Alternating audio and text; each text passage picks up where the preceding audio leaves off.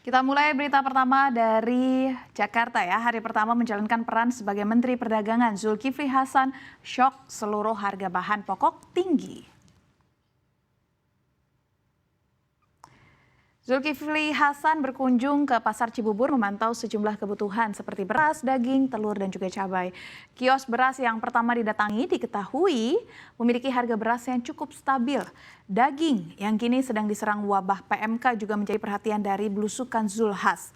Harga daging mengalami kenaikan sementara pembeli berkurang diduga akibat kekhawatiran warga terhadap daging yang dijual merupakan daging yang sempat mengidap PMK.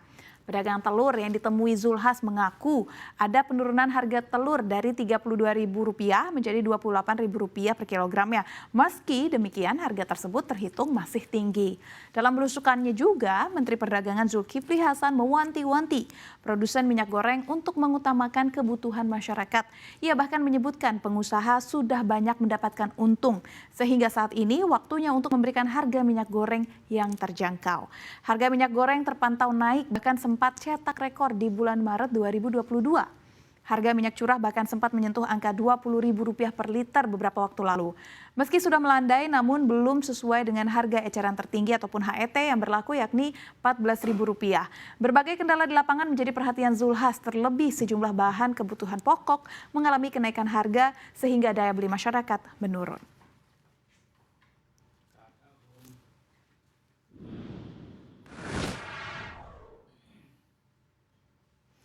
Selanjutnya, Menteri Keuangan Sri Mulyani meramal ekonomi Amerika Serikat dan China akan mengalami perlambatan signifikan hingga resesi dan Indonesia bisa terkena imbasnya.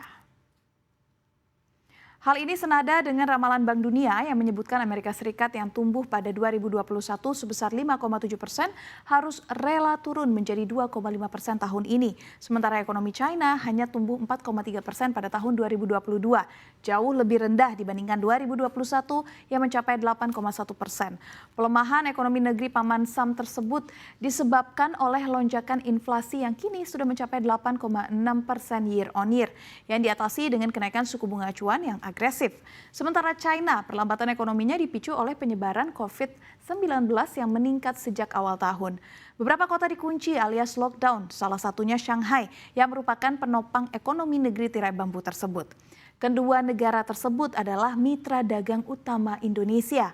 Pemerintah daerah diharapkan menyiapkan antisipasi dengan matang, apabila tidak, maka risikonya bisa merambat ke masyarakat dengan keras.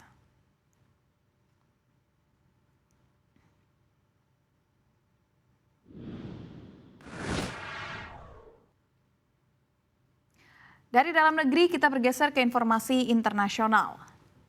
Ya, di mana hubungan antara China dan Taiwan saat ini memanas, ketegangan pun disebut dapat memicu perang besar antara keduanya. Pemerintah Taiwan mengatakan bila memang perang itu terjadi, maka dampaknya akan jauh lebih parah dibandingkan perang Rusia-Ukraina. Pasalnya, kedua negara memainkan peran yang penting dalam jalur rantai pasok dan perdagangan global. Salah satu yang bisa menjadi langka adalah chip semikonduktor. Taiwan adalah produsen besar dalam produksinya hingga 118 miliar dolar Amerika Serikat atau setara dengan Rp1.742 pada 2021. Chip semikonduktor sendiri adalah bahan utama dalam pembuatan sejumlah bahan elektronik, mulai dari ponsel hingga kendaraan listrik. Taiwan sendiri kini tengah berupaya mengurangi ekspornya hingga 40% ke China. Setahun belakangan ini, China terus mempertegas klaimnya bahwa Taiwan merupakan bagian integral dari kedaulatannya. Terbaru bahkan China telah menugaskan ratusan jet tempur untuk terbang di wilayah zona pertahanan udara Taiwan atau yang biasa dikenal dengan nama ADIZ. Isu mengenai potensi serangan China juga pernah diangkat oleh Menteri Pertahanan Taiwan, Chiu Kuo-cheng, yang memprediksi sinyal invasi terjadi pada 2025 mendatang.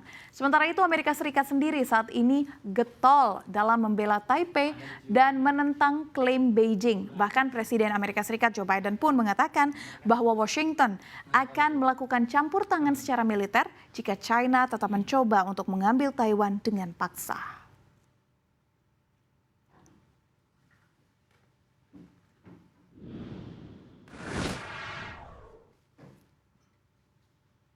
Selanjutnya, apakah ada dari Anda yang pengguna kosmetik Revlon? Revlon terancam pilot, pemirsa. Perusahaan bahkan mengajukan kebangkrutan dengan menggunakan UU Kepailitan Amerika Serikat bab 11 atau yang dikenal dengan Chapter 11 Bankruptcy.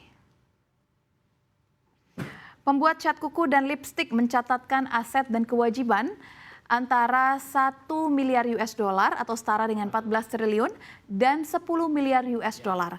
Kejatuhan Revlon sendiri terjadi tak kala perusahaan baru berbasis online mulai membanjiri pasar kosmetik dunia. Selain itu, pesaing Revlon juga datang dari brand yang dibawa oleh artis terkenal seperti Kylie Cosmetics milik Kylie Jenner dan Fenty Beauty yang dimiliki oleh Rihanna. Tak hanya karena persaingan, perusahaan yang saat ini berusia 90 tahun itu juga mengalami pelemahan permintaan akibat gangguan pasokan pasca penguncian COVID-19 dan juga inflasi yang cukup tinggi.